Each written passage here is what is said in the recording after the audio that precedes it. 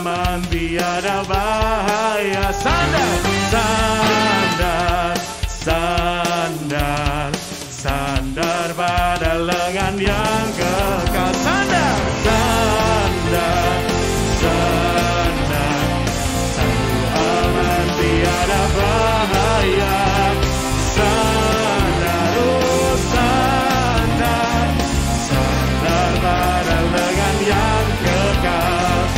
Sandar pada lengan yang kekal. Sandar pada lengan yang kekal. Haleluya, puji nama Tuhan.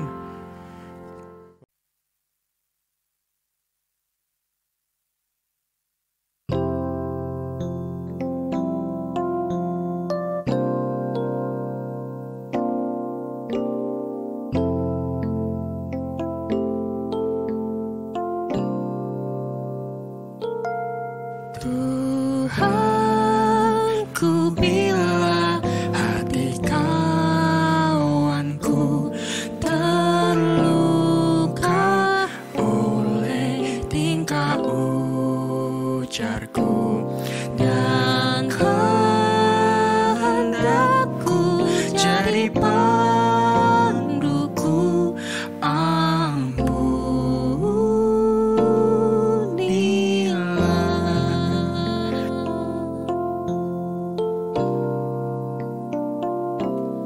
if I have wanted any soul today, if I have caused one foot to go astray, if I have walked in my willful way, dear Lord,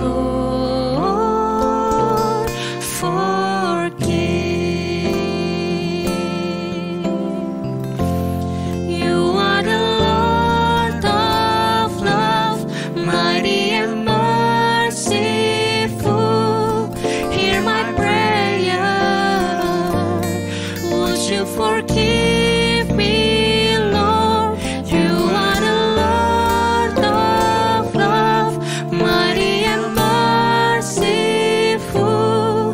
I confess to you, forgive me, Lord.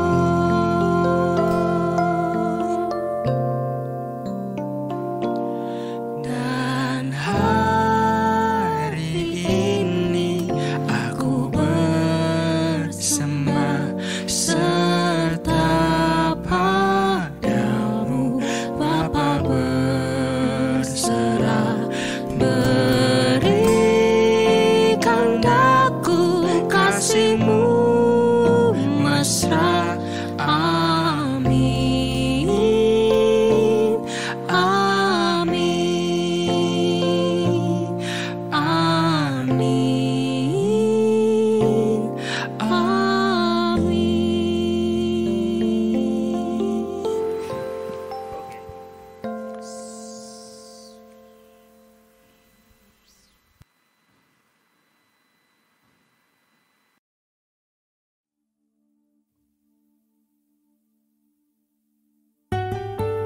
Tuhan, terima kasih karena anugerah-Mu yang begitu nyata buat kehidupan kami. Kiranya hanya Engkau Tuhan yang menyelidiki setiap hati kami. Terima kasih Yesus.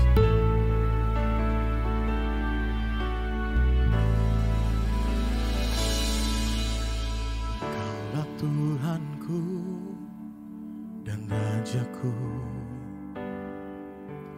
Engkau terang dambaan jiwaku. Tiada yang seperti-Mu di bumi dan di surga. Hanya Kau Tuhan yang ku cinta. Oh Tuhan, selidikilah, jagalah hatiku. Apakah aku masih setia kepadamu? Oh Tuhan, tolong hamba merindukanmu selalu, mengasihimu pribadi yang agung.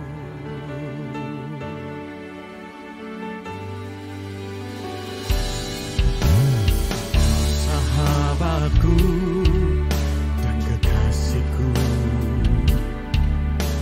tiada kata yang dapat ungkapkan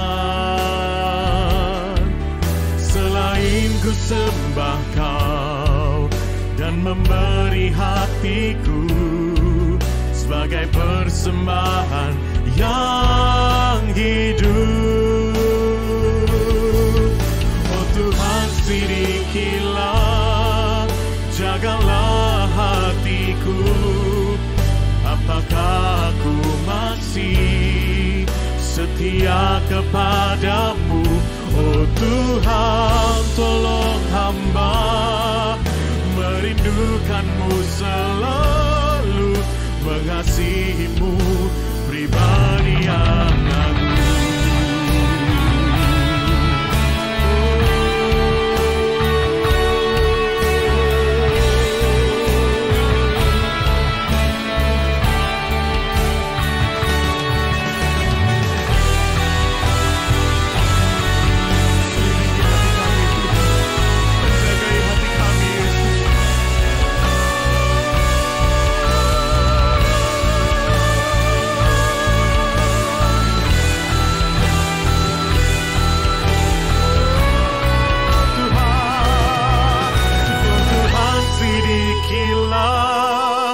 Jagalah hatiku, apakah aku masih setia kepadamu?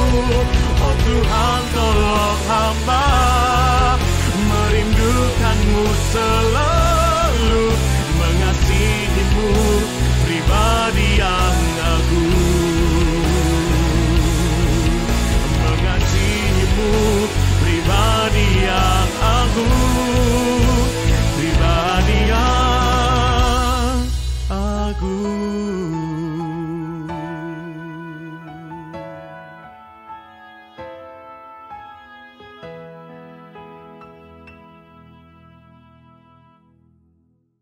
Haleluya. Tuhan, sungguh kami percaya Tuhan bahwa hati kami tenang dekat dengan Engkau. Karena Engkaulah Allah Immanuel, Allah yang beserta dengan kami, Allah sumber kedamaian dalam hidup kami. Terima kasih Tuhan.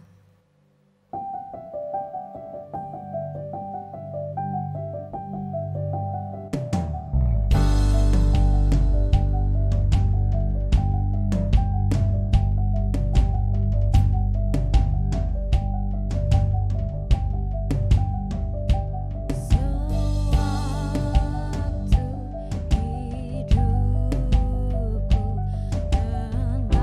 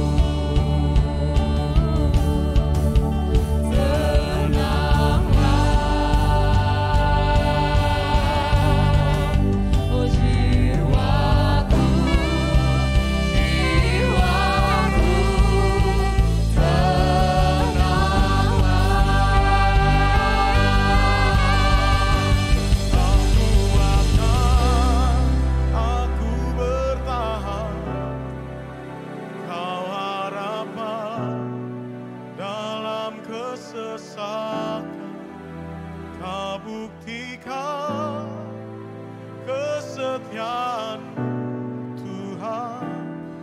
Engkau Allah Immanuel. Mari bersama serukan Aku akan, aku bertahan. Kau harapan, aku sesatkan.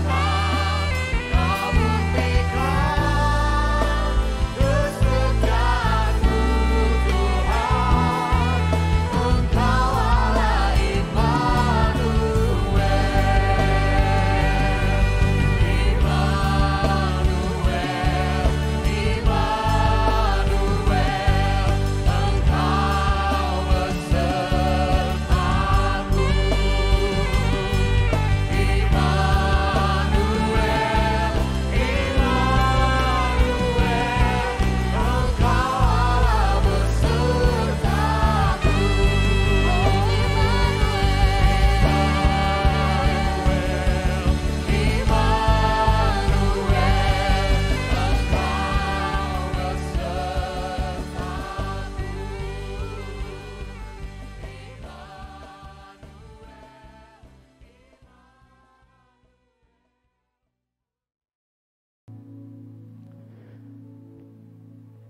Shalom Bapak Ibu Saudara sekalian, salam sejahtera dalam kasih Tuhan kita Yesus Kristus. Kita patut bersyukur kepada Tuhan karena tak henti-hentinya Tuhan memberikan undangan bagi kita supaya kita menikmati persekutuan dengan Dia, Allah, pencipta, penebus dan pemelihara kita. Karena itu mari kita menyambut undangan Allah dengan sungguh-sungguh, menyiapkan hati dan pikiran kita di dalam saat teduh. Saya mengundang kita semua yang ada di gedung Rek Kutisari maupun dimanapun kita berada untuk bangkit berdiri bersama-sama. Kita akan menenangkan hati kita, meneduhkan pikiran kita, menyiapkan hati kita beribadah kepada Tuhan. Mari mengambil saat teduh di hadapan Tuhan.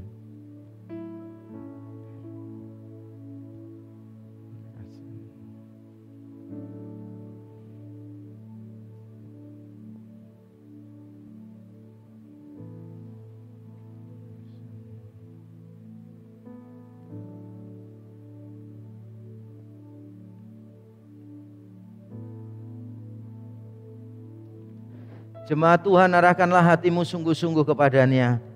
Mari dengan penuh keberanian kita menghampiri tahta kasih karunia Bapa dengan keyakinan bahwa satu-satunya jalan ke sana telah dibuka, yaitu melalui pengorbanan darah Yesus yang sempurna di atas kayu salib bagi kita, yang sudah dicurahkan ke dalam hati kita melalui karya Roh-Nya yang kudus. Turunlah atas kita sekalian rahmat, berkat dan anugerah-Nya yang akan menyempurnakan ibadah kita hari ini. Amin. Jemaat dipersilakan duduk kembali.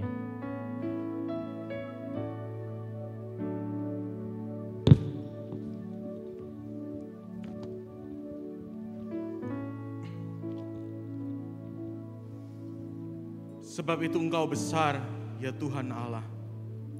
Sebab tidak ada yang sama seperti Engkau, dan tidak ada Allah selain Engkau. Tuhan, kami sungguh bersyukur buat kasih-Mu yang luar biasa bagi kami, pengorbanan-Mu bagi kami. Terima kasih Tuhan, terima kasih.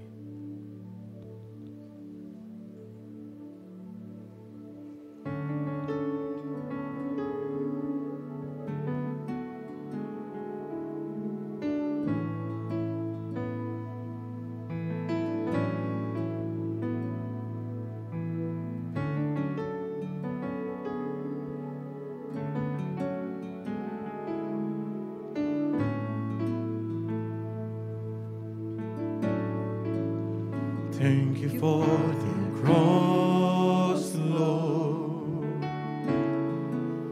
Thank you for the price you paid, bearing all my sin and shame. In love you came and gave amazing grace. Thank you for this love, Lord. Thank you for the nail-pierced hands, cleansing flow. Now all I know, your forgiveness and embrace. Worthy is the Lamb seated on the throne. Crown you now with many crowns. You reign victorious,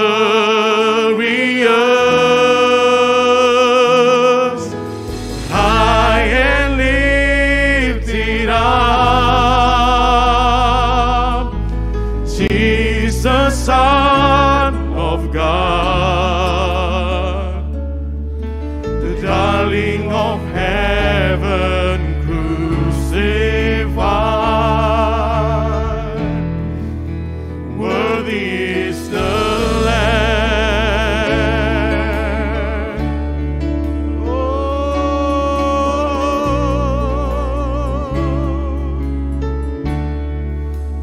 thank you for the cross, Lord. Thank you for the price.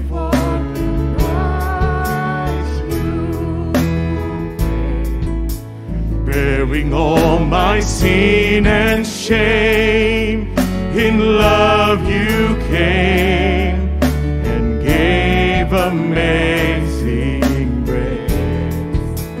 Thank you for this love, Lord. So thank you, Lord. Thank you for the nail-pierced. Wash me in your cleansing flow. Now all I know, your forgiveness and embrace. Worthy is the Lamb seated on the throne.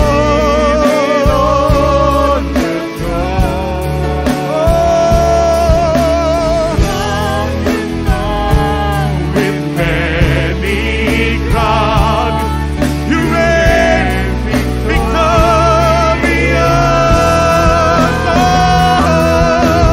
High and lifted up, Jesus, Son of God, Jesus, Son of God, the darling of heaven crucified. Worthy is the Lamb.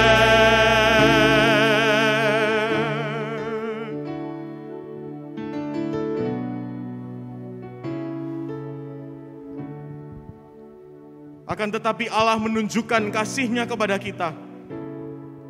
Oleh karena Kristus telah mati untuk kita ketika kita masih berdosa. Bapak Ibu sekalian, mari kita ingat kembali betapa luar biasanya pengorbanan Kristus di atas kayu salib bagi setiap kita. Mati di atas kayu salib membayar dosa kita. Mari kita mengakui setiap dosa kita di hadapan Allah. Kita mengakui apa yang telah kita lakukan di hadapannya, sebab Ia akan mengampuni kita. Mari kita mengambil waktu sejenak.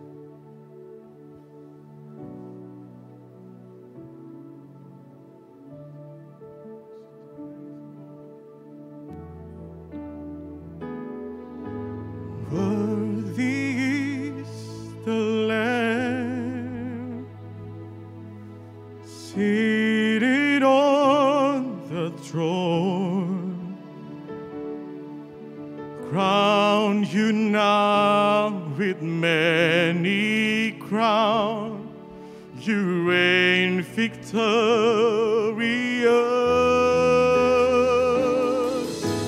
High and lifted up, Jesus, Son of God, the darling of heaven dan memuliakan Allah, kita bersama-sama berdiri. He is the Lamb seated on the throne. Rock and down with many crowns, you reign victorious. High and lifted up, high and lifted up. Jesus, Son of God, Jesus, Son of God, the darling of heaven, crucified. Worthy is the Lamb. Worthy is the Lamb. Oh, worthy is the Lamb. Tuhan, Engkau yang termulia, Engkau yang termanis bagi setiap kehidupan kami. Anugerah-Mu bagi setiap kami, Tuhan, yang kami terima, mengampuni setiap dosa dan kesalahan kami. Bahkan ketika kami masih berdosa, Kristus telah mati untuk kami. Sungguh bersyukur Tuhan, dan berterima kasih buat anugerah-Mu yang luar biasa bagi setiap kami. Terima kasih Tuhan, terima kasih. Dan hanya di dalam nama Tuhan kami Yesus Kristus, kami berdoa dan mengucap syukur. Amin.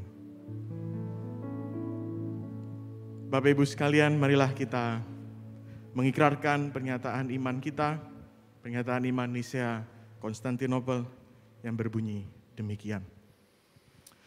Aku percaya kepada satu Allah, Bapa yang Maha Kuasa, Pencipta langit dan bumi, dan segala yang kelihatan dan yang tidak kelihatan, dan kepada satu Tuhan Yesus Kristus, satu-satunya anak Allah yang diperanakkan dari Bapa sebelum alam semesta, Allah dari Allah, terang dari terang, Allah yang sejati dari Allah yang sejati, diperanakkan bukan dicipta, sehakikat dengan Sang Bapa, oleh siapa segala sesuatu dicipta, yang untuk kita manusia dan untuk keselamatan kita telah turun dari sorga dan diinkarnasikan oleh Roh Kudus dari anak darah Maria dan dijadikan manusia. Ia telah disalibkan juga bagi kita di bawah pemerintahan Pontius Pilatus. Ia menderita dan dikuburkan, dan pada hari ketiga ia bangkit kembali sesuai dengan kitab suci dan naik ke sorga dan duduk di sebelah kanan Bapa. Dan ia akan datang kembali dengan kemuliaan untuk menghakimi orang yang hidup dan yang mati, yang kerajaannya tak akan berakhir. Dan aku percaya kepada Roh Kudus, Tuhan dan pemberi kehidupan, yang keluar dari Bapa dan Anak, yang bersama-sama dengan Bapa dan Anak, disembah dan dimuliakan, yang telah berfirman dengan perantaraan para nabi. Dan aku percaya satu gereja yang am dan rasuli. Aku mengakui satu baptisan untuk pengampunan dosa, dan aku menantikan kebangkitan orang mati dan kehidupan di dunia yang akan datang. Amin. Amin. Lebih-lebih karena kita sekarang telah dibenarkan oleh darah-Nya, kita pasti akan diselamatkan dari murka Allah. Kristus Tuhan telah bangkit bagi kau dan aku.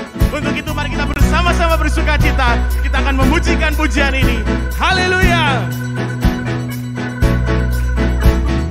Kristus Tuhan telah bangkit, haleluya. Langit bumi menggema, haleluya.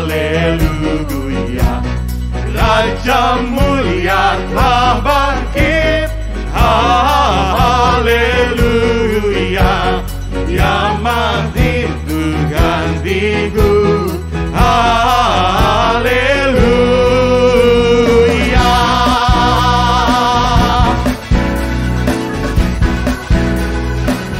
Raja yang mulia telah bangkit bagi kita, haleluya.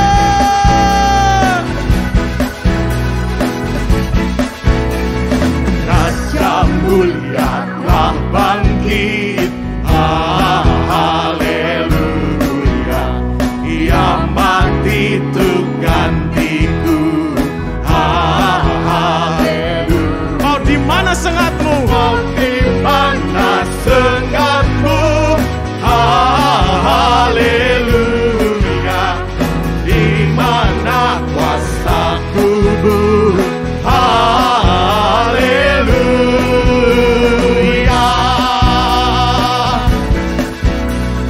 lagi kita bersuka cita buat Tuhan karena genaplah tebusannya bagi kita. Kristus telah bangkit bagi kita. Haleluya. Genaplah tebusannya. Haleluya. Ia menangkan seteru. Haleluya. Kubur pun tak berdaya. Haleluya. Terbuka pintu surga. Haleluya.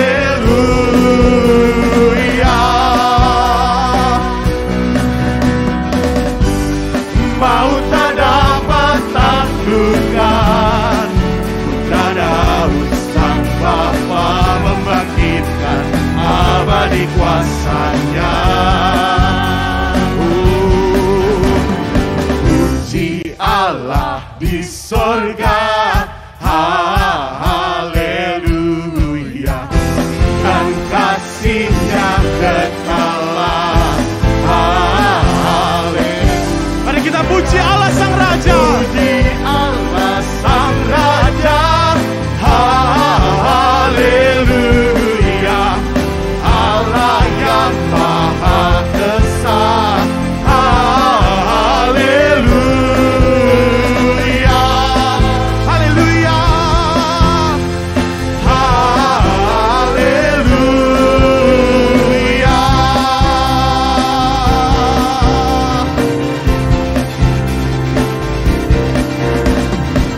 Haleluya. Sorak-sorak bagi Tuhan kita.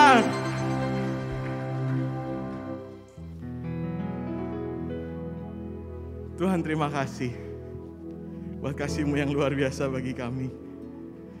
Kami tahu Tuhan, di dalam perjalanan hidup kami akan selalu membutuhkan Engkau. Dan tak pernah Engkau meninggalkan kami. Engkaulah sejahtera kami yang penuh, Bapa. Terima kasih. Ya Tuhan, tiap jam ku memerlukan-Mu. Engkaulah yang memberi sejahtera penuh. Setiap jam ya Tuhan, di Kau ku perlukan. Ku datang juru selamat, berkatilah.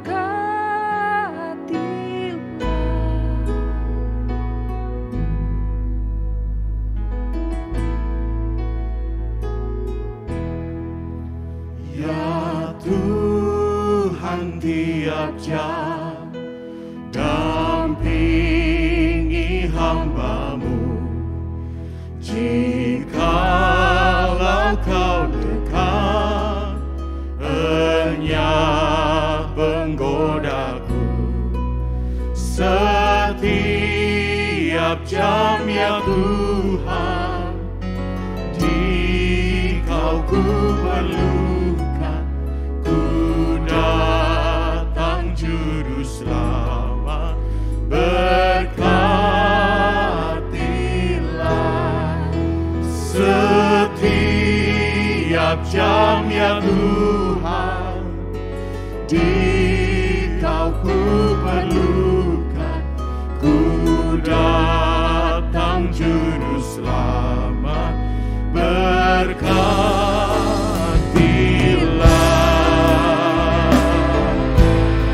Kami mau datang Tuhan menghadap-Mu. Kiranya Engkau yang mengajarkan maksud-Mu dalam kehidupan kami. Sebab kami tahu Tuhan, kami akan selalu memerlukan Engkau. Tiap hari, tiap jam. Tiap jam ku perlukan. Tiap hari ku butuh.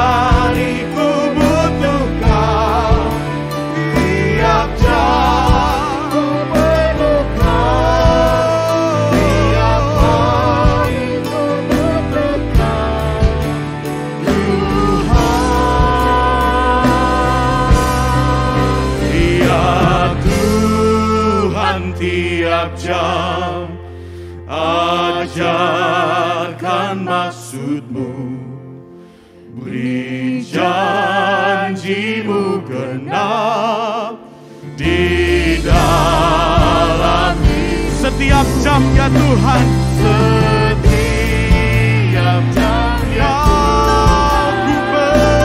perlukan, ku datang juru selamat berkati setiap jam ya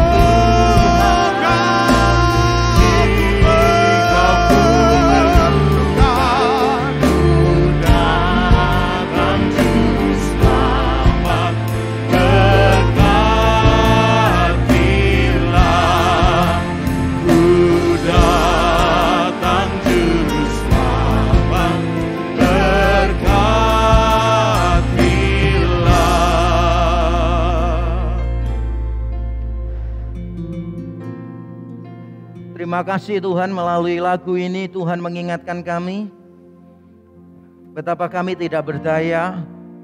Kami bergantung sepenuhnya kepada Tuhan. Bahkan untuk hidup pun kami harus berkata, jika Tuhan menghendakinya, kami akan hidup dan melakukan ini dan itu. Kalau bukan karena anugerah-Mu yang terus menopang kami, tidak mungkin kami sampai pada hari ini ya Tuhan. Terima kasih kalau melalui ibadah-ibadah ini Engkau terus mengingatkan siapa Engkau dan siapa kami. Karena kami tahu semakin kami mengenal Engkau, semakin kami mengenal diri kami ya Tuhan. Karena anugerah-Mu lah kami bisa ada sampai sekarang dan kami bersyukur untuk itu. Sebentar kami akan mendengarkan firman-Mu. Kiranya Tuhan berbicara kepada kami, Roh Kudus bekerjalah dalam hati kami, berbicaralah lebih kuat daripada kata-kata hamba-Mu sendiri. Kiranya Engkau bekerja melampaui dari apa yang mampu kami pikirkan atau yang mampu kami harapkan. Kami sungguh berdoa supaya setiap kami mengalami perjumpaan pribadi dengan Tuhan. Kiranya nama-Mu dimuliakan dan hati-Mu disenangkan. Kiranya Injil Yesus Kristus yang benar dan menyelamatkan, kematian dan kebangkitannya, penebusannya yang sempurna dan beranugerah, kiranya diberitakan sejelas-jelasnya di antara kami. Kami sungguh rindu mendengarkan suara-Mu di dalam Kristus Yesus Tuhan. Amin. Amin. Silakan duduk kembali Bapak Ibu Saudara. Nah, ini adalah minggu yang keempat dan seperti biasa minggu yang keempat di gereja kita akan melanjutkan seri khotbah eksposisi dari Perjanjian Lama. Jadi sebagai bagian dari komitmen gereja kita terhadap pengajaran, karena visi kita itu berkaitan dengan CTM, Care, Teaching, Mission, dan teaching diletakkan di tengah bukan tanpa alasan. Saya ingin supaya setiap kita benar-benar grounded on the scripture. Benar-benar berakar di dalam kitab suci. Dan itulah sebabnya dengan semua kesusahannya berkhotbah secara eksposisi, maka gereja ini menetapkan dalam sebulan kita akan melakukan khotbah eksposisi berseri sebanyak 2 kali. Di minggu kedua dari Perjanjian Baru dan minggu yang keempat dari Perjanjian Lama. Dan hari ini kita akan membahas dari Amos. Dan hari ini kita akan membahas dari Amos pasal 5 ayat 25 sampai yang ke-27. Nanti kita akan membaca teksnya bersama-sama. Tapi saya ingin menjelaskan sebuah istilah dulu. Yaitu kata esensi. Ada yang tahu kata esensi artinya apa? Esensi. Esensi berasal dari kata sensi, artinya sensitif, elektronik. Karena semua yang ada ini sekarang artinya elektronik gitu kan ya. Melihat media sosial, melihat chat, baperan itu namanya esensi gitu. Terlalu cepat sensitif melihat hal-hal yang berbau elektronik. Nah, saudara, esensi itu apa sih sebetulnya? Esensi adalah sesuatu yang menjadikan sesuatu sebagai sesuatu. Saya ulang sekali lagi ya. Esensi adalah sesuatu yang membuat sesuatu menjadi sesuatu. Kalau belum jelas, saya tambahkan lagi. Tanpa sesuatu itu, sesuatu yang tadi tidak lagi menjadi sesuatu. Lebih jelas ya sekarang ya. Nah, oke, saya sekarang pakai bahasa manusia. Jadi maksudnya begini saudara. Kalau kita melihat sesuatu, benda misalnya. Kalau benda itu kehilangan salah satu aspeknya dan kita tidak bisa mengenali lagi itu benda apa, maka itulah yang disebut esensi. Mari kita lihat yang paling gampang. Esensi garam itu apa? Kalau saudara mendengar garam, yang ingat dalam pikiran saudara adalah gudang. Oh bukan ya. Kalau saudara mendengar kata garam, yang saudara ingat adalah asin. Esensinya asin ya. Yang langsung nangkep saya curiga nih ya, masih ada kebiasaan buruk ya. Jadi kalau kita mengatakan ini garam berarti harus ada asinnya. Tanpa asin itu tidak bisa disebut garam. Oke, sekarang saya memberikan 2 benda supaya kita tebak. Yang pertama bendanya adalah buku. Nah, apa esensi buku? Yang kedua adalah Alkitab. Apa esensi buku? Esensi buku adalah kebosanan. Tepat sekali ya. Esensi buku adalah kebosanan. Tiap kali ngelihat buku pasti bosan, luar biasa ya. Pendetanya bangga banget ya. Kalau kita melihat buku, esensi buku sebetulnya apa sih? Esensi buku itu berkaitan dengan jumlah halaman, bisa jadi. Karena kalau jumlah halamannya cuma 1, tidak bisa disebut buku, itu selebaran. Dan buku, di dalamnya pasti ada kata-kata, ada informasi yang ada di dalamnya. Kita bisa berdebat tentang esensi buku itu apa. Tapi bukan itu yang saya ingin lakukan sekarang.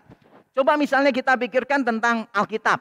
Saya pernah khotbah di satu gereja, lalu tiba-tiba sebelum doa berkat, saya diomongin begini, Pak, nanti begitu doa berkat, saat teduh, Bapak kita larikan, Pak. Wah, oke. Saya bingung kan ya, wah kok nggak pernah latihan, biasanya itu kan ada latihannya kan ya, melarikan diri kemana, meeting pointnya di mana gitu kan. Benar, begitu saya doa berkat, saya berkata silahkan mengambil saat teduh, saya langsung dibawa ke satu ruangan. Setelah itu mereka semua tertawa dan bilang begini, Pak Yakub, kita telah selamatkan Pak Yakub. Pak Yakub harus bersyukur kepada kita semua di sini. Kenapa Pak? Karena Pak Yakub khotbah pakai tablet. Khotbah pakai tablet itu berarti siap dikritik habis-habisan, dimarahin oleh salah satu orang lama di gereja ini Pak. Dan sudah banyak pendeta yang langsung ditembak di tempat, katanya tidak menghormati firman Allah. Jadi Pak Yakub saya selamatkan, karena pendeta-pendeta lain tidak sempat kami selamatkan. Saya agak menyesal diselamatkan, karena saya mau memanfaatkan momen itu. Jadi kalau ada orang yang protes kepada saya, dan memang beberapa kali orang protes kepada saya sih. Orang ada berkata begini, Pak, kok enggak menghargai Alkitab? Maksudnya Alkitab apa ya? Kok membawa tablet? Loh harusnya membawa apa ya? Harusnya itu membawa cetakannya Pak. Karena Alkitab itu adalah materinya Pak. Bukannya kata-katanya. Enggak Pak, materinya juga Pak. Oke, saya bilang begini, kalau kamu mau lebih Alkitabiah, kamu harus memakai Alkitab yang sama, yang dibaca oleh Yesus Kristus. Bentuknya itu gulungan ya, gulungan papirus yang panjang, yang satu kitab saja, Yesaya itu bisa 7 meter. Jadi kalau mau Alkitabiah, kemana-mana bawa gulungan itu, ngerti nggak maksudnya? Kalau mau Alkitabiah, nah dari sini saudara mengerti, sebetulnya orang itu seringkali salah memahami esensi dari sesuatu. Tentu saja, saudara kalau mau pakai Alkitab cetak jelas lebih baik. Saya di rumah masih punya. Dan saya suka membaca yang ada cetakannya. Kenapa? Karena di situ bisa enak dicoret, ada feel-nya beda. Kalau yang sekarang memang bisalah, tetap teknologi berkembang. Tapi ada feel-nya yang berbeda gitu loh saudara. Dan ada apa sih? Ada pembatas ayatnya. Nggak bisa kan? Kalau elektronik nggak bisa. Terus di tengah-tengahnya bisa saya kasih foto saya sendiri. Terus saya puji-puji sendiri, ya kan? Nggak bisa kalau di elektronik kan. Jadi ada banyak hal yang kita bisa lakukan dengan cetakan. Tapi anyway, mau pakai Holy Bible, mau pakai Holy Phone, nggak ada masalah. Karena semuanya bicara tentang esensi. Esensinya apa? Kata-kata. Nah bangsa Israel pada zaman Amos, mereka salah mengidentifikasi apa sih esensi ibadah itu. Karena mereka salah mengidentifikasi apa sih yang paling penting di dalam ibadah, maka cara mereka beribadah juga menjadi salah. Makanya penting bagi kita hari ini untuk mengetahui esensi dari ibadah kita. Yang kalau tidak ada itu, maka ibadah kita akan menjadi ibadah yang sia-sia. Dan mari kita akan membaca Amos pasal yang kelima, ayat 25 sampai 27. Mari kita membaca bersama-sama Amos 5, 25 sampai 27. Apakah kamu mempersembahkan kepadaku korban sembelian dan korban sajian selama 40 tahun di padang gurun itu, hai kaum Israel? Kamu akan mengangkut Sakut rajamu dan Kewan dewa bintangmu, patung-patungmu yang telah kamu buat bagimu itu. Dan aku akan membawa kamu ke dalam pembuangan, jauh ke seberang Damsik, firman Tuhan, yang namanya Allah semesta alam. Amin. Saya percaya saudara sudah berkali-kali mendengarkan khotbah dari teks ini. Tidak ya, saya bergurau. Saya yakin saudara seumur hidup saudara jadi orang Kristen tidak pernah mendengarkan khotbah dari bagian ini. Karena bagian ini adalah bagian yang cukup sulit untuk diterjemahkan, apalagi untuk dikhotbahkan. Saya sendiri aja menyesal sampai pada ayat ini. Bukan ya. Saya suka sesuatu yang sukar sebetulnya. Itu kebiasaan saya. Jadi saya pernah ditanya, Pak, kenapa kok suka bahasa Yunani? Padahal bahasa Yunani itu kan sulit, sukar banget. Saya bilang justru saya suka yang sukar-sukar. Supaya kalau tidak bisa, tetap terlihat pintar. Kalau bisa terlihat pintar sekali. Lah kan nothing tulus kan? Makanya saudara sukailah yang sukar-sukar. Amin. Pernikahan saudara sukar? Cintailah. Teks tadi mengajarkan kepada kita sesuatu yang penting sekali. Terlepas dari betapa sulitnya menerjemahkan teks tadi, yang saya juga tidak akan jelaskan di dalam khotbah saya hari ini. Nah, saudara perlu tahu apa yang disampaikan Amos di sana merupakan respons Amos terhadap apa yang dia sudah sampaikan sebelumnya dan terhadap respons bangsa Israel. Jadi Amos sudah memberitahu bangsa Israel begini kan, dalam khotbah yang lalu kita sudah bahas. Kamu buat apa menunggu hari Tuhan? Hari Tuhan itu bukan hal yang positif buat kamu. Karena pada hari Tuhan, Tuhan datang akan melawan musuh-musuhnya. Musuh-musuhnya itu kamu. Karena kamu melanggar perjanjian. Karena kamu melanggar Taurat. Dan bangsa Israel dengan santai berkata begini, kami musuhnya? Bagaimana bisa? Kami lo tetap beribadah kepada dia. Korban bakaran tetap kami berikan kok. Kita tetap merayakan semua hari raya yang diperintahkan. What's wrong with that? Hubungan kami dengan Tuhan baik-baik saja kok. Mereka merasa tidak ada masalah. Karena mereka berpikir bahwa esensi ibadah adalah A. Dan mereka sudah melakukan itu. Padahal di mata Tuhan esensi ibadah adalah B. Dan mereka belum melakukan itu. Nah, di dalam khotbah saya, nanti saya akan membagi menjadi dua bagian besar. Yang pertama saya akan menerangkan kesalahan fatal dalam ibadah. Dan saya percaya kita juga mungkin melakukan kesalahan ini. Kita akan belajar dua kesalahan fatal di dalam ibadah. Lalu kita akan melihat konsekuensinya apa. Apa yang menjadi respons Tuhan kalau kita bersikeras pada kesalahan kita. Dan sekali lagi izinkan saya membacakan ayat 25 dan 26 yang menerangkan dua kesalahan fatal dalam ibadah. Saya bacakan ulang. Apakah kamu mempersembahkan kepadaku korban sembelian dan korban sajian selama 40 tahun di padang gurun itu, hai kaum Israel? Kamu akan mengangkut Sakut rajamu dan Kewan dewa bintangmu, patung-patungmu yang telah kamu buat bagimu itu. Saudara, di dalam bagian ini nanti kita akan melihat dua kesalahan fatal di dalam ibadah. Kesalahan itu kadangkala tidak terelakkan. Tapi jangan sampai kesalahan fatal. Dalam pengalaman saya melayani Tuhan sebagai pemain musik, pengkhotbah, maupun apa saja tergantung kebutuhannya. Kalau gulung-gulung kabel juga saya pernah melakukannya. Dalam pengalaman saya di dalam dunia ibadah ada beberapa kesalahan yang memalukan, yang konyol. Tapi menurut saya ya tidak seberapa fatal lah menurut saya. Misalnya ada pemimpin pujian salah untuk medley lagunya. Saya masih ingat teman saya dengan semangat memimpin perayaan Natal gitu kan. Dan dia ingin menyambungkan dua lagu medley sekaligus.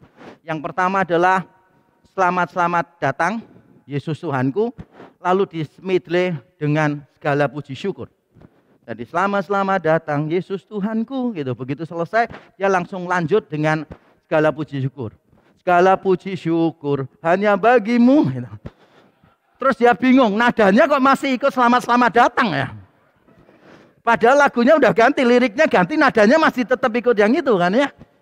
Ada seorang lagi saudara teman saya mimpin pujian, ini lebih heboh menurut saya. Dengan semangat, dia medley satu lagu kan. Lalu dia melakukan, mari kita nyanyikan lagu, sorak-sorak haleluya.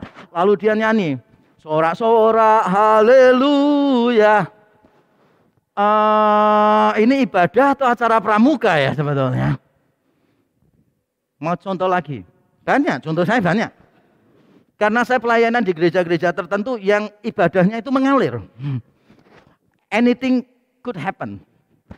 Ada pemimpin pujian, wah sudah nyanyi sebelum khotbah. Semuanya disugesti. Wah, saya main musiknya, intronya. Tang tang tang tang tang tang tang tang. Wah, dia sugesti jemaat semuanya nangis gitu kan, semuanya nangis. Terus dia mulai nyanyi gitu. Ku datang ke hadiratmu. Terus ketinggian. Terus dia bilang, maaf saudara, lagunya bukan yang ini. Terus dia nyanyi, ku datang ke hadiratmu. Jemaat dari menangis itu bisa tertawa terpingkal-pingkal di dalam ibadah. Banyak pemimpin pujian menjadi stand up komedian. Tapi mungkin kalau kesalahannya itu tidak disengaja. Saya tahu sih, ada orang-orang yang sungguh-sungguh persiapan. Tapi karena gugup itu bisa salah. Saya pernah ada di sebuah persekutuan.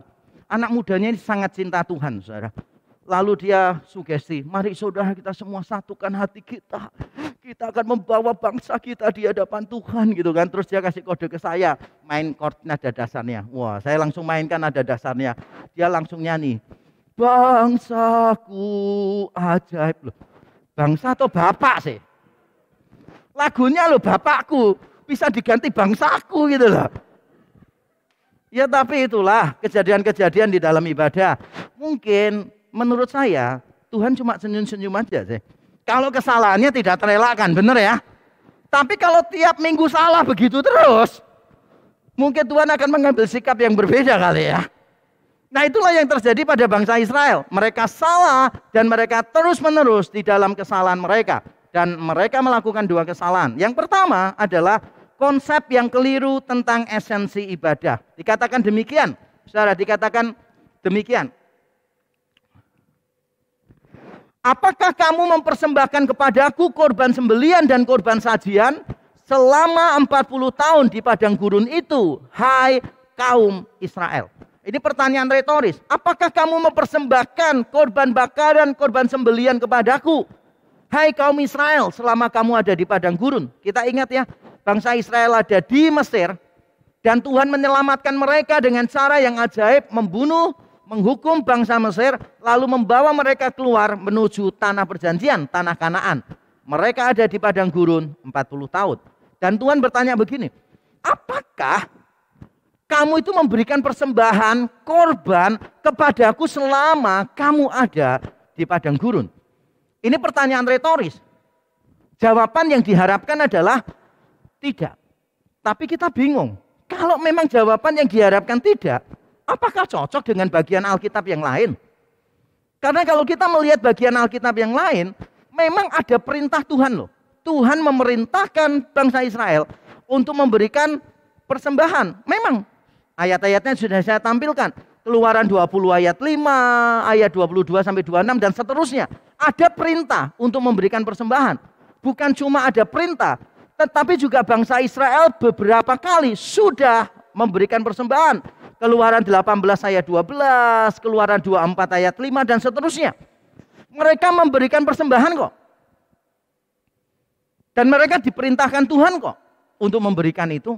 Lalu mengapa di bagian ini Amos berkata begini, apakah kamu mempersembahkan kepada aku korban sembelian dan korban sajian selama 40 tahun di padang gurun itu, hai kaum Israel? Apakah Tuhan lupa? Padahal sudah diberikan beberapa kali. Bahkan Tuhan sendiri yang meminta. Mengapa Tuhan bertanya seperti ini? Apakah Tuhan lupa? Jawabannya adalah tidak mungkin dia lupa. Kalau memang dia tidak lupa, apa maksud dari pertanyaan ini? Pertanyaan ini maksudnya sebetulnya sederhana, saudara. Tuhan mau mengingatkan bangsa Israel bahwa pada waktu perjalanan di padang gurun, mereka itu hidup di dalam keterbatasan. Mereka tidak bisa bertani misalnya. Karena tiang awan, tiang api, jalannya nggak bisa ditentukan. Bayangkan ya, seandainya mereka bercocok tanam, nanam mangga. Begitu mangganya sudah mulai keluar gitu kan. Wah, biasa kalau di sekolah Alkitab ada pohon mangga, cepat-cepatan memberi nama di situ. Mereka berpikir yang memberi nama duluan berarti pemilik buah itu. Nggak ikut nyiram, ikut kasih nama. Nggak ikut mendoakan lagi kan ya. Banyak tuh, saya dulu waktu jadi dosen tetap di satu kampus begitu. Pohon mangganya dikasih nama semuanya. Padahal yang mendoakan itu siapa? Supaya pohon itu tumbuh. Siapa? Ya saya juga nggak tahu siapa yang doakan.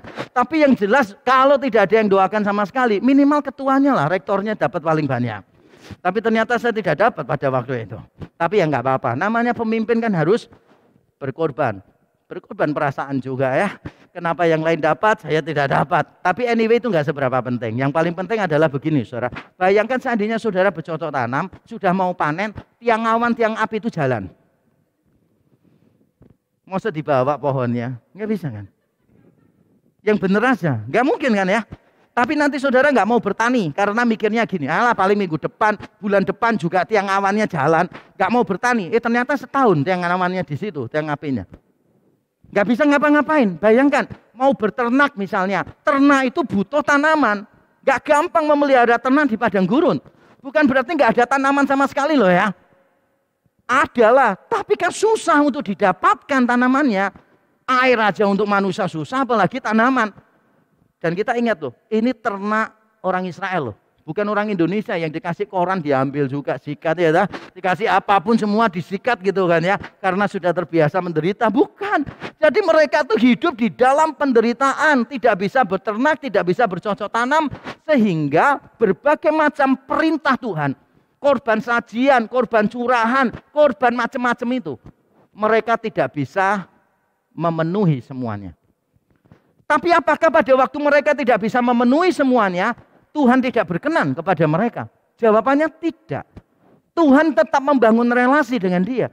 Jadi yang mau disampaikan tadi sebetulnya tentang esensi dalam ibadah. Walaupun Israel belum bisa memberikan persembahan korban secara reguler, secara teratur, dan secara menyeluruh, Allah tidak pernah mempersoalkan itu. Karena esensi ibadah adalah ketaatan dan pengenalan yang benar. Alkitab berkali-kali menandaskan 1 Samuel 15.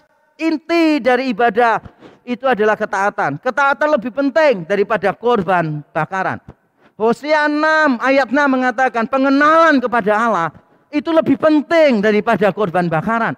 Makanya ketika bangsa Israel di padang gurun, mereka tidak bisa memberikan semua jenis korban. Tuhan tidak mempersoalkan. Bagi Tuhan biasa aja, nggak apa-apa. Kondisinya memang begitu. Tapi yang Tuhan cari apa? Ketaatan dan pengenalan terhadap Tuhan. Tapi bangsa Israel pada zaman Amos berbeda. Mereka berpikir bahwa esensi ibadah itu adalah perayaan-perayaan, persembahan-persembahan. Dan bukankah hal yang sama terjadi pada sebagian orang Kristen? Benar nggak? Ada beberapa nggak orang Kristen yang saudara mungkin temui, atau kalau saudara bercermin, saudara menemukan orang itu yang menganggap bahwa ibadah itu yang penting datang, tepuk tangan, dengarkan khotbah, kasih persembahan, sudah cukup. Nanti Senin sampai Sabtu you can do whatever you want. Menganggap bahwa kebaktian itu hanya dibatasi oleh gedung gereja. Bukankah itu yang dilakukan sebagian orang Kristen? Sebetulnya esensi dari ibadah itu apa sih? Ketaatan dan pengenalan kepada Tuhan. Selebrasi atas sebuah relasi tidak akan berarti tanpa dedikasi sepenuh hati. Kesetiaan lebih penting daripada perayaan dan pemberian. Saya yakin saudara yang pernah dikhianati, yang pernah dikecewakan oleh pasangan yang sangat romantis. Saudara tahu betapa benarnya kalimat ini. Tiap kali anniversary hubungan atau anniversary pernikahan dirayakan dengan luar biasa. Diadakan romantic dinner yang luar biasa juga. Saya dulu pada waktu masih terbatas keuangan saya, Kalau sekarang kan beda, belum kaya raya sih. Dan saya juga nggak kepingin kaya raya. Sekarang saya nggak kekurangan. Tapi kalau dulu saya bergumul. Tapi karena hati saya itu besar, saya mau membuat surprise untuk istri saya. Jadi pas mau Valentine, wah, karena kan anniversary saya pernikahan itu, saya menikah 14 Februari. Jadi saya sekalian mau memberikan kejutan. Jadi saya teleponkan beberapa tempat di Surabaya kan, the most romantic place untuk dinner. Wah, setelah telepon harga satu meja untuk 2 orang berapa Pak? Sekian gitu kan. Wah, terima kasih infonya ya. Wah, gitu. Udah nggak jadi. Mahal banget pada waktu itu, bener-bener kayak aduh romantisme mahal banget gitu kan ya. Ya tapi namanya orang mau menyenangkan orang lain kan. Siapa wanita yang tidak suka romantisme? Diperhatikan, diberi hadiah, diingat momen-momennya itu, diingat semuanya. Kamu ingat enggak yang pertama kali kita ketemu itu tanggal 10 November loh. Kok ingat? Iya. Kan kita ketemunya sama-sama naik bis damri gratis di Surabaya ya kan. Tiap kali 10 November itu naik bis damri gratis kemana-mana saudara kan. Jadi ketemunya di sana. Jadi dia bisa langsung ingat, benar-benar ingat gitu kan ya. Gitu. Jadi dia bisa benar-benar ingat. Nah orang yang seperti ini kelihatannya kayak waduh menyenangkan banget. Tapi jujur ya pikirkan begini. Saudara pilih mana? Orang yang romantis, perhatian, tapi suka mengecewakan, tidak setia. Dengan orang yang ya flat-flat saja sih. Bahkan mungkin tanggal lahir juga lupa. Tapi dia setia. Pilih mana? Tidak dua-duanya kan? Kalau harus pilih, saya tahu saudara pilih yang mana. Saudara pasti akan pilih yang kedua.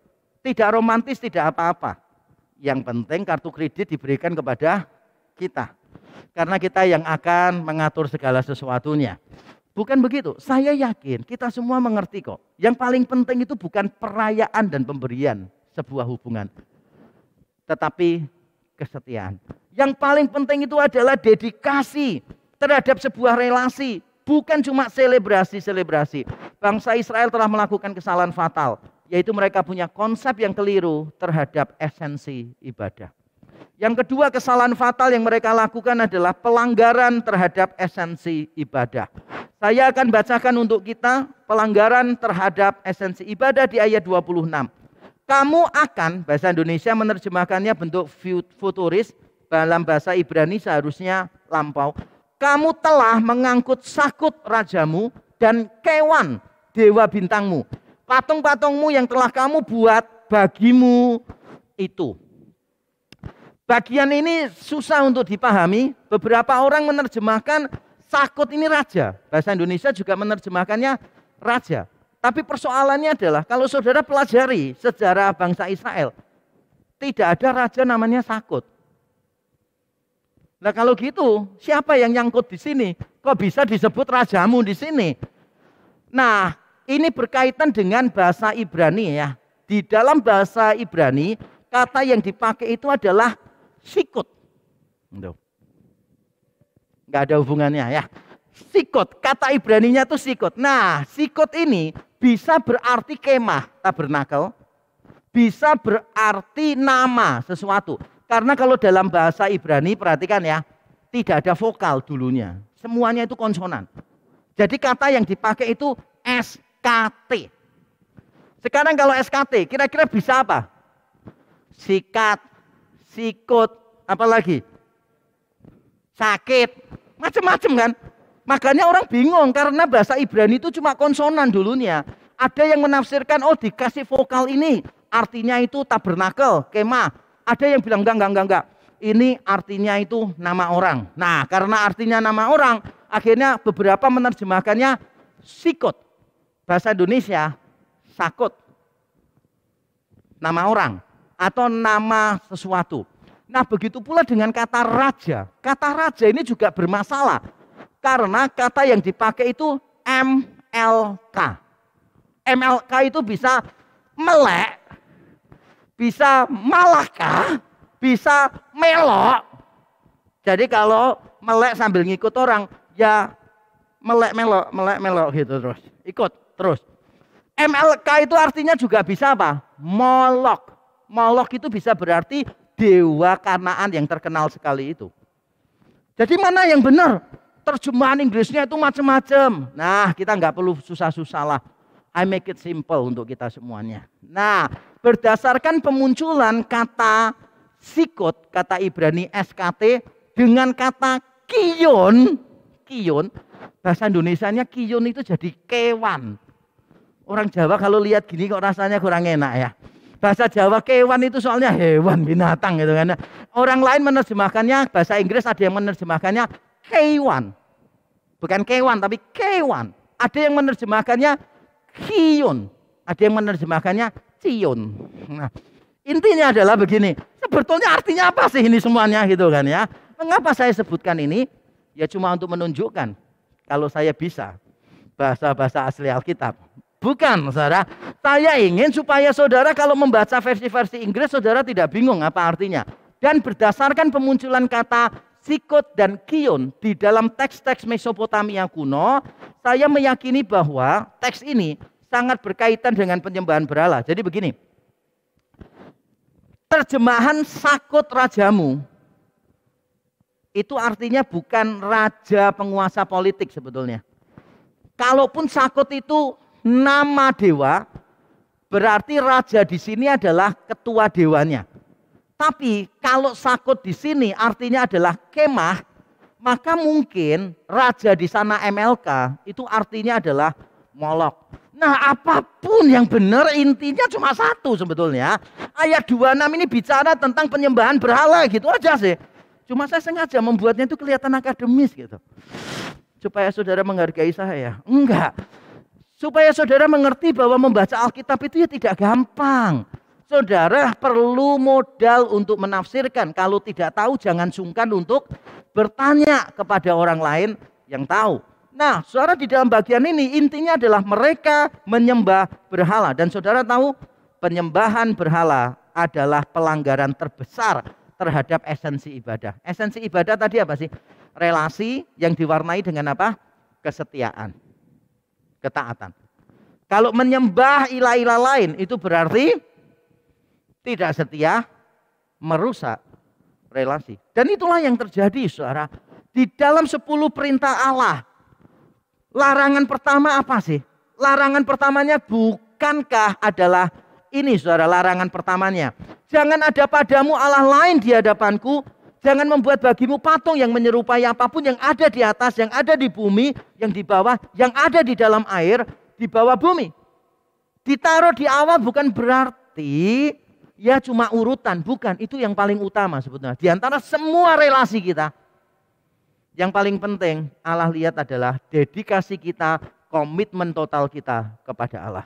Sama seperti di dalam pernikahan, yang paling penting adalah kesetiaan. Bukan romantisme, bukan kekayaan, bukan yang lain. Demikian pula dalam relasi dengan Allah, yang paling penting adalah kesetiaan kepada Allah. Dan kalau kita melakukan penyembahan berhala, itu membelakangi Allah, menyakitkan hati Allah. Bukan cuma ini pelanggaran terbesar, tetapi juga ini adalah pelanggaran terbebal. Alkitabnya bilang begini, dewa-dewa yang kamu sembah tadi, kamu telah mengangkut. Yang mengangkut siapa? Kamu. Dewa-dewamu patungnya nggak bisa jalan sendiri. Mending robot bisa jalan sendiri begitu diprogram. Ini nggak bisa apa-apa. If you do nothing, ya dia tidak akan moving. Tapi orang bisa menyembah itu. Bahkan ditambahkan begini di ayat 26-nya. Patung-patungmu yang telah kamu buat bagimu. Dan itulah kebodohan penyembahan berhala. Sampai Paulus di Roma 1 ayat 21 dan 22 mengatakan pikiran mereka sia-sia, hati mereka bodoh. Mereka berbuat seolah-olah penuh hikmat, tetapi mereka telah bertindak bodoh. John Calvin dalam bukunya yang terkenal, Institutes of the Christian Religion atau Institutio, dia pernah mencermati tentang kebodohan penyembahan berhala. Dan dia berkata begini, tidak ada yang lebih bodoh daripada penyembahan berhala. Orang membuat patungnya disembah sendiri. Saya ciptaan, menciptakan sesuatu lalu saya sembah sendiri. Bukankah seharusnya lebih masuk akal kita menyembah pencipta kita? Bukan menciptakan sesuatu yang lain lalu kita sembah. Dan John Calvin menambahkan begini, kebodohan yang sangat transparan tentang penyembahan berhala menunjukkan sesuatu. Menunjukkan bahwa manusia diciptakan memang untuk Tuhan. Manusia hanya bisa dipuaskan seutuhnya kalau dia berjumpa dengan Allah penciptanya. Itu kata-kata dari Bapak Gereja Agustinus abad yang keempat. My soul cannot rest until it rests on you, my creator. Dan that's totally true. Dosa membuat manusia tidak kehilangan lubang itu. Masih ada lubangnya. Tapi membuat manusia mencari yang lain untuk menutupi lubangnya itu. Jadi manusia berusaha untuk mengisi kepuasan hidupnya dengan apa? Popularitas. Dengan apa? Dengan kesenangan-kesenangan. Dengan apa? Prestasi-prestasi. Dengan semua pencapaian ada yang kosong. Berusaha untuk diisi terus, diisi terus, diisi terus. Dan bukankah itu bodoh? Bukankah itu bebal? Dan bukankah itu yang saya lakukan dan saudara lakukan seringkali? Coba saudara mikir begini.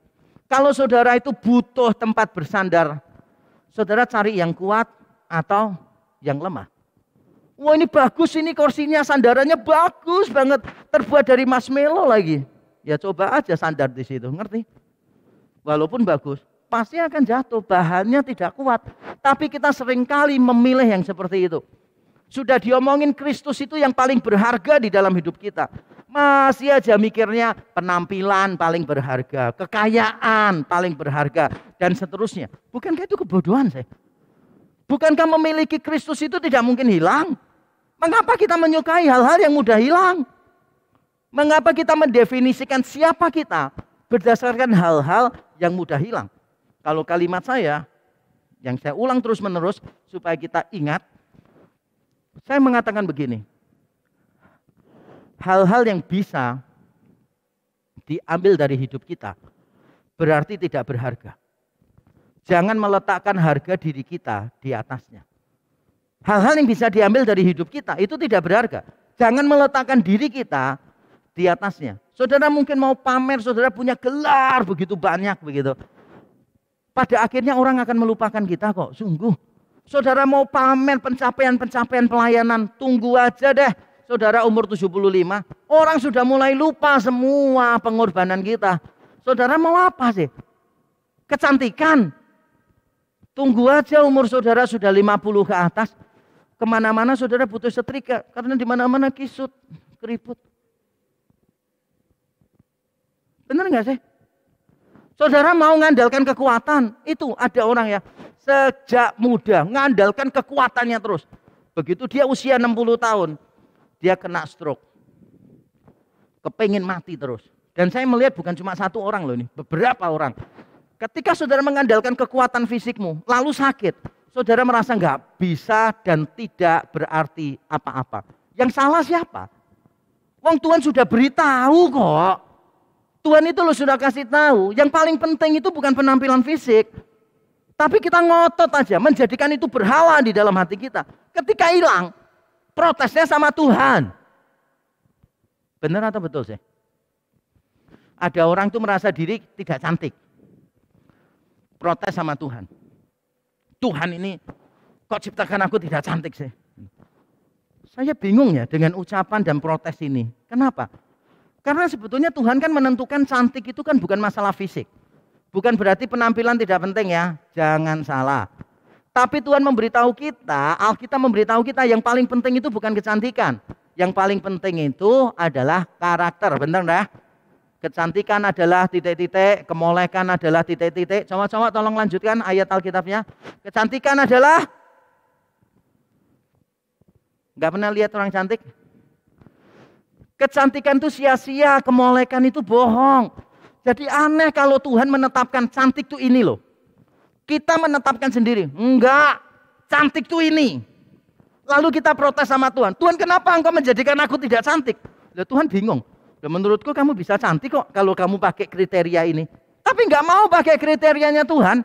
Pakai kriterianya sendiri. Lalu minder-minder sendiri. Nyalahkan Tuhan. Harusnya kan nyalahkan diri sendiri dong. Dan itulah yang terjadi pada kita.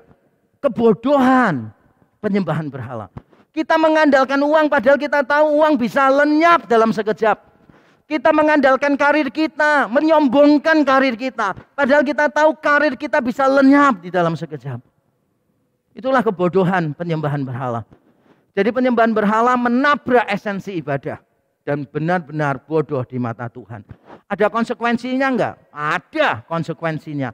Ayat 27, kesalahan fatal yang terus-menerus menimbulkan hukuman yang fatal. Tuhan berkata begini ayat 27, aku akan membawa kamu ke dalam pembuangan jauh ke seberang Damsyik. Firman Tuhan yang namanya Allah semesta alam. Kadangkala kesalahan kita itu tidak fatal. Tapi kadangkala kesalahan kita bisa fatal. Kelihatannya sepele, tapi bisa fatal. Saya ambil 2 contoh dalam dunia bisnis. Saudara tahu tidak bahwa 25 tahun yang lalu perusahaan Apple mau bangkrut dan mau dijual kepada perusahaan lain. Ada yang tahu kisah itu? Bayangkan seandainya 25 tahun yang lalu dijual, saudara tidak mungkin punya iPad, iPhone, iPod dan sebagainya yang luar biasa mahal itu. Yang kita pakai aja keren, luar biasa, pakai aja itu kelihatan keren gitu kan ya. Kita merasa keren, beberapa orang begitu, makanya mereka loyal banget terhadap produk ini. Tapi 25 tahun yang lalu, jajaran petinggi Apple akan menjual perusahaan ini. Dan mau dibeli oleh satu perusahaan. Jadi Apple waktu itu sudah menunjuk satu CEO untuk menangani. Dan akan menjual perusahaan. Jadi mau jual, mau nunjuk CEO, masih rundingan.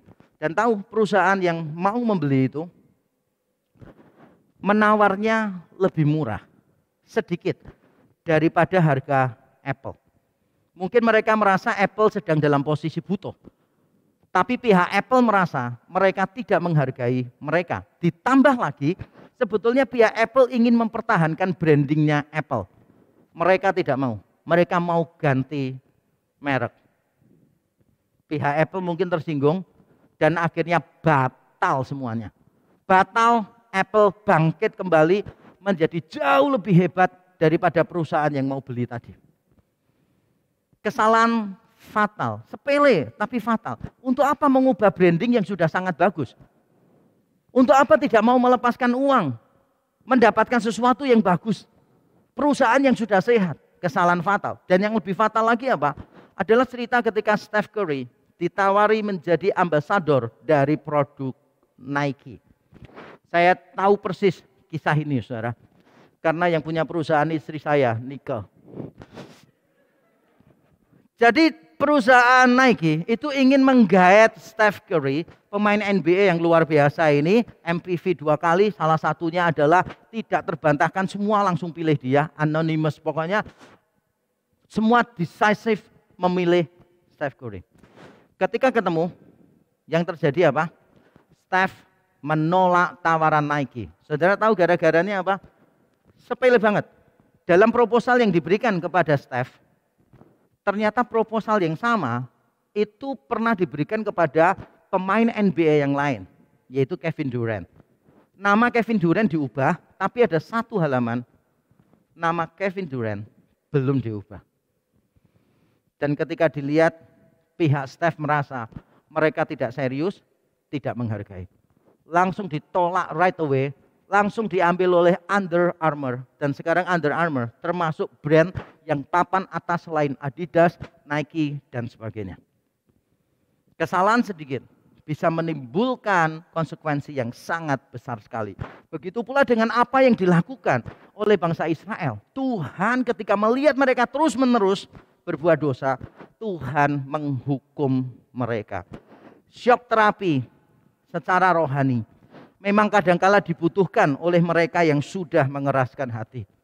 Diomongin nggak bisa, disentil nggak bisa. Satu-satunya jalan adalah Tuhan jatuhkan, Tuhan hancurkan, supaya berkeping-keping hancurnya. Dan Tuhan mulai ambil hati itu. Tuhan mulai pasang kembali satu persatu. Itulah perjalanan hidup saya dan saudara. Berapa kali kesombongan menghancurkan saya. Berapa kali dosa yang lain membawa saya hancur berdarah-darah dalam proses saya mengikut Tuhan.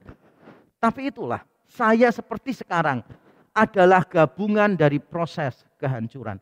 Dan saya percaya kita sekarang adalah gabungan dari proses kehancuran. Kehancuran demi kehancuran Tuhan terpaksa lakukan supaya kita sadar. Lalu Tuhan bentuk kita kembali. Bangsa Israel kehilangan tanah mereka. Mereka akan dibuang ke negeri yang lain. Bahkan negerinya jauh beyond Damsyik. Melampaui Damsyik, beyond Damascus. Dan saudara tahu, kalau kehilangan tanah itu bukan hal yang biasa. Kehilangan tanah itu bukan kehilangan properti saja ya saudara ya. Kehilangan tanah itu berarti kehilangan segala sesuatu. Tidak ada pusat-pusat ritual yang dijadikan tempat aman yang palsu. Bangsa Israel sebelumnya yang penting mempersembahkan korban, yang penting masih ada battle, masih ada tempat lain, Gilgal. Oke, kita punya rasa aman, tapi palsu. Tuhan ambil itu. Tidak ada lagi istana, puri, benteng, rumah mewah yang menyediakan kenyamanan. Tidak ada lagi kekuatan militer yang dibanggakan dan diandalkan. Dengan kata lain, saudara, mereka kehilangan apa yang paling berharga di mata mereka. Kadangkala Tuhan tidak segan-segan mengambil apa yang paling berharga di dalam hidup kita. Saya mendidik anak saya 2 dengan cara yang berbeda, terutama waktu mereka kecil. Anak saya yang pertama suka gerak kemana-mana. Anak saya yang kedua suka ngomong. Ketika mereka melakukan kesalahan, saya hukum secara berbeda tapi konsisten. Yang besar, saya minta dia berdiri, diam, tidak boleh gerak selama 1 jam. Yang kecil saya hukum, boleh ke sana kemari tidak masalah, tapi tidak boleh bicara kepada mama papahnya selama beberapa jam. Saya memberitahu anak-anak saya, kenapa papa melakukan itu. Yaitu papa mengambil apa yang kamu anggap paling berharga. Supaya kamu tahu, sebetulnya ada hal lain yang lebih berharga dari itu. Kadangkala kita sebagai orang tua harus melakukan itu. Tuhan pun melakukan itu kepada kita. Kekerasan hati dan kebebalan nurani dihancurkan melalui kehilangan apa yang dianggap paling berarti. Kalau saudara sekarang merasa bahwa apa yang paling berarti dalam hidupmu diambil oleh Tuhan, maka saudara sedang masuk di dalam proses pembelajaran Tuhan. Mungkin selama ini saudara mengalami kekerasan hati dan kebebalan nurani, sehingga Tuhan perlu menghancurkan itu, mengambil apa yang berarti. Dan it's true, tidak memiliki apa-apa seringkali membuat orang lebih bisa menjadikan Tuhan sebagai satu-satunya dan segalanya. Benar enggak sih? Tidak memiliki apa-apa seringkali membuat orang lebih bisa. Bukan pasti bisa, bukan otomatis bisa, tapi lebih bisa menjadikan Tuhan sebagai satu-satunya dan segalanya. Makanya ada seorang penulis mengatakan begini, you cannot say that God is everything for you until you have but God. Engkau tidak bisa mengatakan Allah adalah segala-galanya bagimu kecuali engkau hanya memiliki Allah saja. At that point, when you have only God, ketika saudara hanya punya Allah dan saudara berkata God is enough, Christ is enough, Kristus cukup bagiku. Disitulah saudara telah menghargai Allah dengan semua keberhargaannya. Dan saya ingin mengajak kita membaca kalimat terakhir sebagai penutup khotbah saya. Mari kita membaca bersama-sama saudara 1, 2, 3. Tuhan menghancurkan semua perlindungan yang palsu dalam diri kita. Bukan untuk mencelakakan kita, tetapi untuk menyadarkan kita tentang bahaya yang sesungguhnya.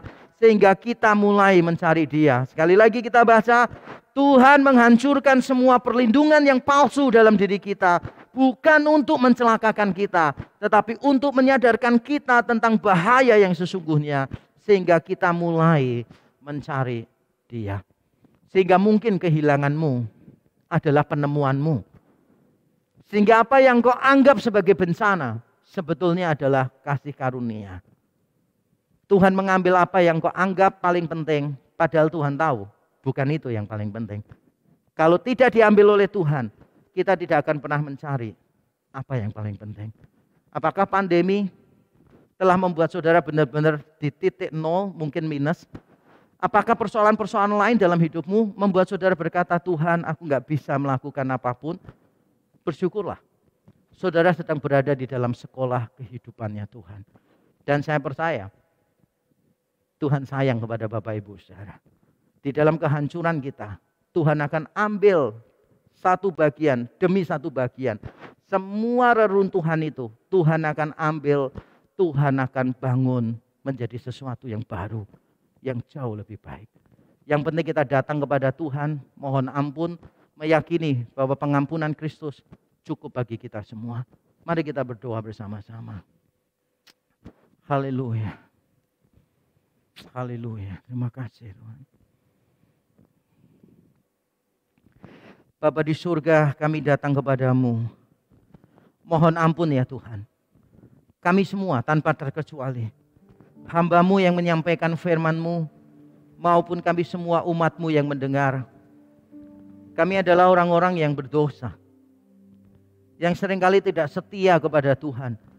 Kami seringkali menjadikan sesuatu yang lain sebagai berhala dalam hati kami. Menganggap itu lebih penting daripada Engkau. Mendefinisikan siapa kami. Tuhan, ampunilah kami. Kami datang kepadamu ya Tuhan. Mohon ampun. Kalau selama ini kami lupa bahwa esensi di dalam ibadah kami sebetulnya adalah relasi dengan Engkau. Relasi yang diwarnai dengan ketaatan, yang diwarnai dengan kesetiaan. Ampuni kami kalau selama ini hidup kami tidak setia kepadamu. Kami datang di bawah salib Kristus Yesus. Datang untuk diampuni. Datang juga untuk dipulihkan. Datang untuk diberi kemenangan atas dosa-dosa kami. Inilah kami ya Tuhan. Mohon anugerah-Mu di dalam Injil-Mu. Di dalam Kristus Yesus kami berdoa dan bersyukur. Amin. Tuhan memberkati kita.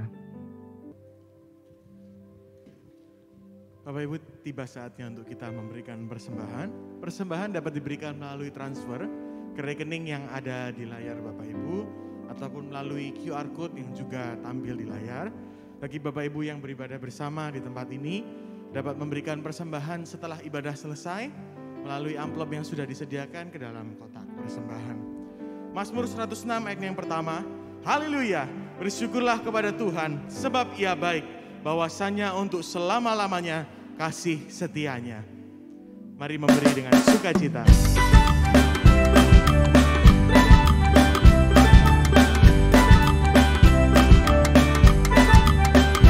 Sekarang beri syukur, hai hati mulut tangan, sempurna dan besar segala karya Tuhan.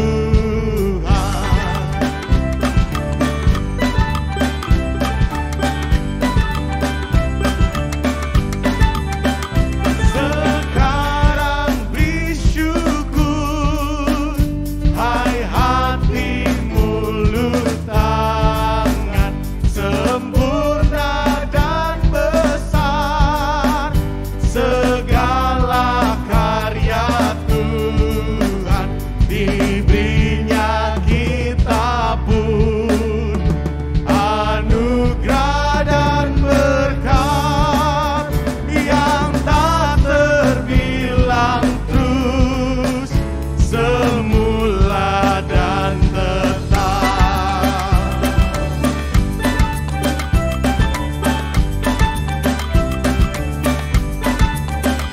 Yang maha mulia memberikan sukacita, damai sejahtera di dalam hidup kita.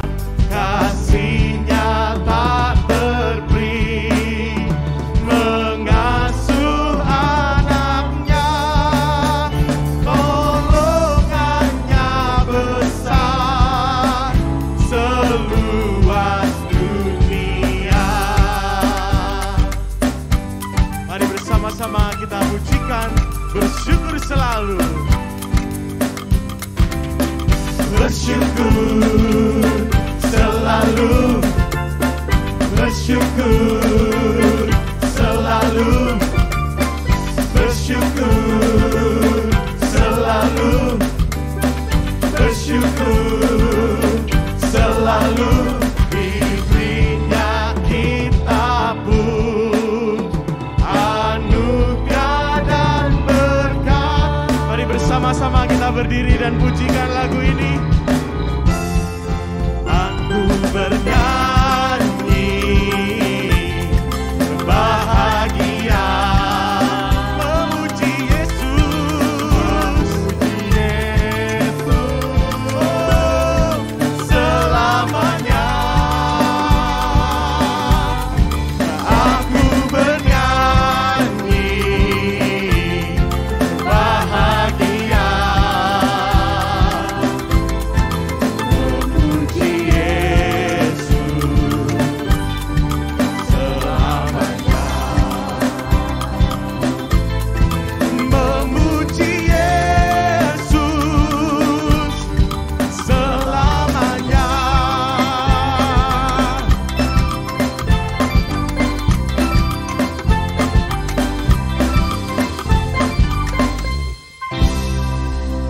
Mari kita berdoa menyerahkan persembahan kita dan juga beberapa pokok doa syafaat kita. Bapa di surga, kami sekali lagi datang kepadamu bersyukur karena Tuhan memberikan kami berkat sehingga kami bisa memberikan sesuatu kepadamu.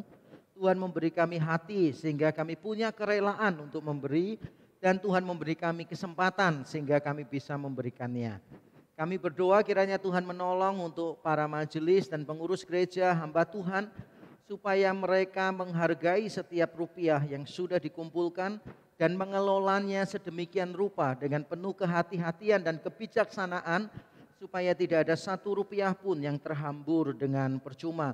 Kami tahu ada beberapa orang yang memberi dari kekurangan mereka, karena itu kami tidak pernah menganggap biasa setiap rupiah yang sudah dikumpulkan. Kami bersyukur ini adalah pemberian Tuhan melalui jemaat-Mu. Kami berdoa kiranya pekerjaan Tuhan di gereja ini dan di tempat-tempat lain bisa didukung melalui persembahan yang kami kumpulkan. Kami berdoa Tuhan untuk gereja REK ini memasuki masa kenormalan yang baru. Kami sudah menyiapkan beberapa perubahan. Bahkan hari ini kami bersyukur kami sudah mulai membuka ibadah remaja secara onsite. Kami berdoa kiranya Tuhan terus menolong semua yang terlibat, supaya setiap ibadah yang dilakukan benar-benar memperlengkapi anak-anak remaja ini, supaya mereka bisa menemukan identitas mereka di dalam Kristus, mereka bisa menjalani masa-masa yang sulit sebagai remaja dan pemuda ini bersama-sama dengan Tuhan. Kami juga terus-menerus menyiapkan untuk ibadah anak-anak sekolah minggu. Kalau pada akhirnya pemerintah memberikan izin dan kami siap melakukannya, kami menyerahkan seluruh persiapan kami ke dalam tangan Tuhan. Dan masih banyak pelayanan-pelayanan lain yang pasti akan menuntut perhatian lebih ketika kami memasuki masa kenormalan yang baru. Kami berdoa berilah kami semua hikmat, semangat untuk melakukannya. Dengan semua keterbatasan yang ada, kami berdoa Tuhan tolonglah kami bisa terus melayani dengan baik. Secara khusus kami menyerahkan dulu semua pelayan Tuhan, pelayan ibadah. Mereka sudah memberikan waktu mereka berlatih begitu rupa, menyiapkan diri, meluangkan waktu mereka untuk melayani jemaat Tuhan. Kiranya Tuhan menolong di masa-masa pandemi ini, supaya mereka terus dijaga kesehatannya, pertumbuhan rohani mereka juga dipelihara oleh Tuhan. Kami menyerahkan untuk situasi bangsa dan negara kami Indonesia ke dalam tangan Tuhan. Bersyukur untuk situasi ekonomi yang semakin membaik. Terima kasih ya Tuhan. Kuartal demi kuartal kami melihat perkembangan Tuhan sudah berikan kepada negara kami. Tapi kami menyadari juga ada begitu banyak dana yang sudah dikeluarkan untuk mengatasi pandemi ini. Dan ke depan semua ini akan memiliki efek domino.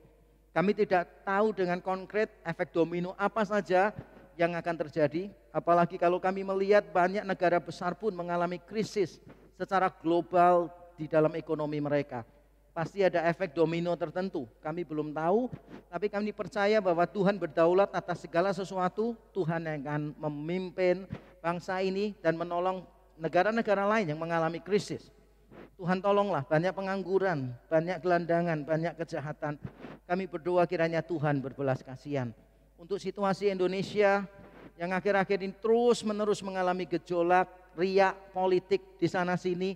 Ada orang-orang tertentu yang berusaha memanfaatkan situasi untuk pemilu mendatang, untuk pemilihan presiden 2024. Kami berdoa kiranya Tuhan menolong setiap masyarakat Indonesia supaya mereka cerdas di dalam berpolitik, supaya mereka bisa mengetahui dan menganalisa situasi dengan penuh hikmat, tidak mudah diprovokasi oleh berbagai macam ujaran, berbagai macam propaganda politik yang hanya untuk memecah belah bangsa ini. Kami sungguh berdoa kiranya Tuhan menolong, memberi kami kecerdasan dalam berpolitik. Terima kasih untuk semuanya ini Tuhan. Kami menyerahkan negara kami ke dalam tangan-Mu di dalam Kristus Yesus Tuhan. Amin. Silakan duduk kembali, kita akan menyaksikan pengumuman.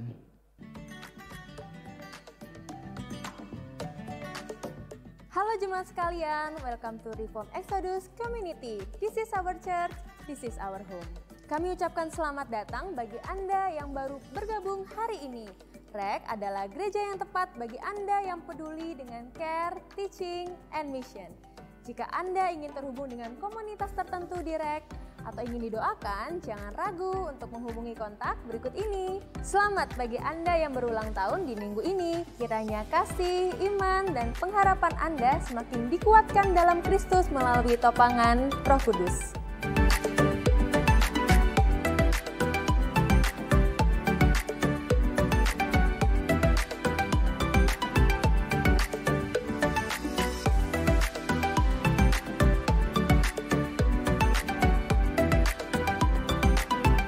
Mari luangkan beberapa menit untuk mendoakan dan mengucapkan selamat kepada jemaat REK yang akan berulang tahun di minggu depan.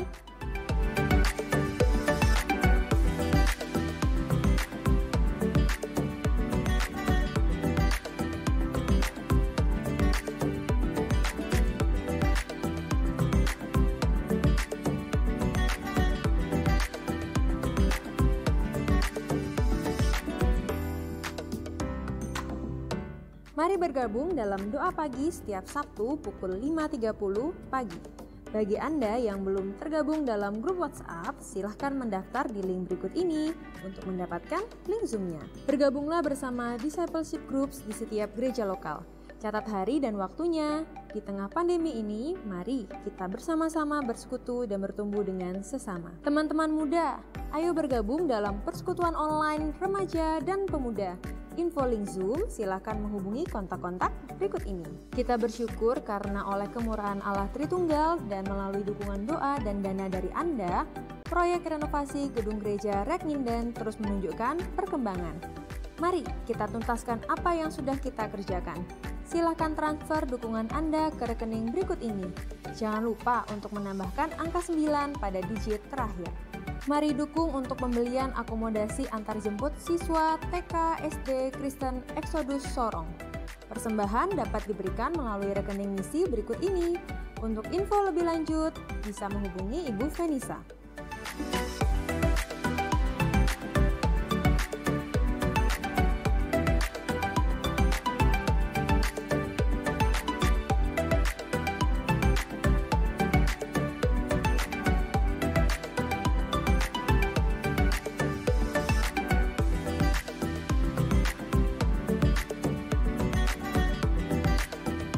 Demikianlah informasi untuk minggu ini. Marilah kita teguh berpegang pada pengakuan tentang pengharapan kita, sebab Ia yang menjanjikannya setia. God bless you and see you next week.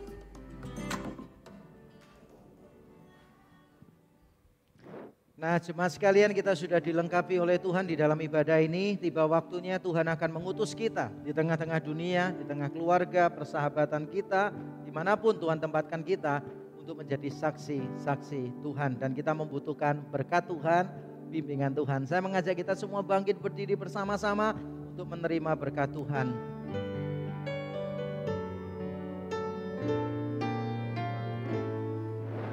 Puji Allah Bapa Putra, puji Allah Roh Kudus, ketiganya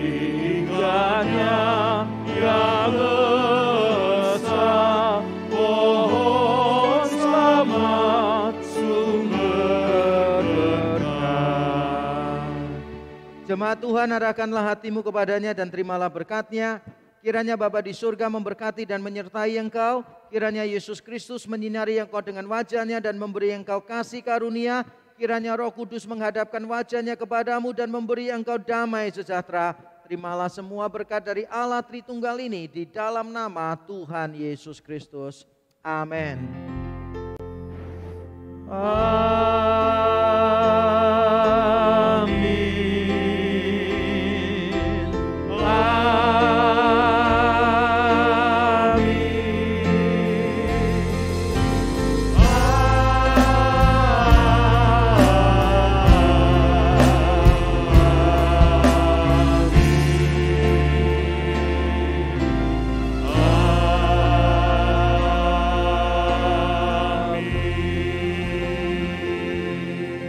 Silakan duduk, mengambil saat teduh, kebaktian selesai, Tuhan memberkati kita.